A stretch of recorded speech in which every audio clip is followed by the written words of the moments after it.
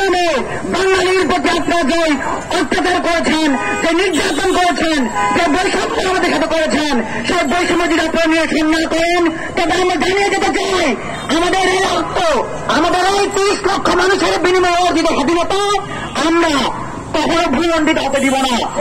আমাদের এই স্বাধীনতা শুধুমাত্র 30 লক্ষ মানুষের রক্তের বিনিময়ে না, আমাদের এই স্বাধীনতা বর্তমান 16 কোটি মানুষের সমতলের মানুষের অধিকার তাহারে রয়েছে।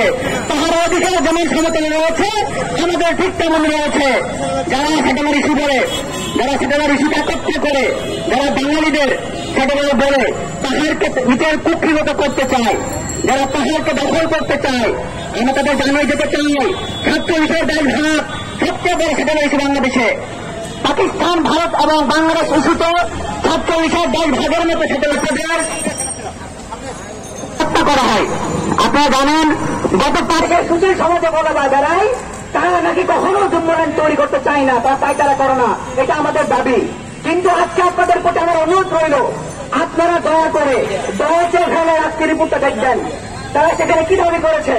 তারা সেখানে সর্বশেষ দাবি করেছে যে পার্বত্য চট্টগ্রামকে একটা আদিবাসী ল্যান্ড হিসাবে ঘোষণা করতে হবে। অর্থাৎ আদিবাসীদের যে সকল ফিচার্স, যে সকল সুবিধা একটা গভর্নমেন্ট দিতে বাধ্য, যে আইএলও চুক্তিতে, আইএলও কনভেনশনে, অর্থাৎ তারা পরবর্তীতে আরো চাপে ফেলে সরকার থেকে তারা সুবিধা অর্জন করতে চায়। আপনারা বাস্তবায়ন করতে আসুন।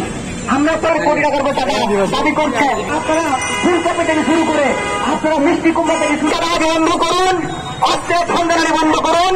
আমরা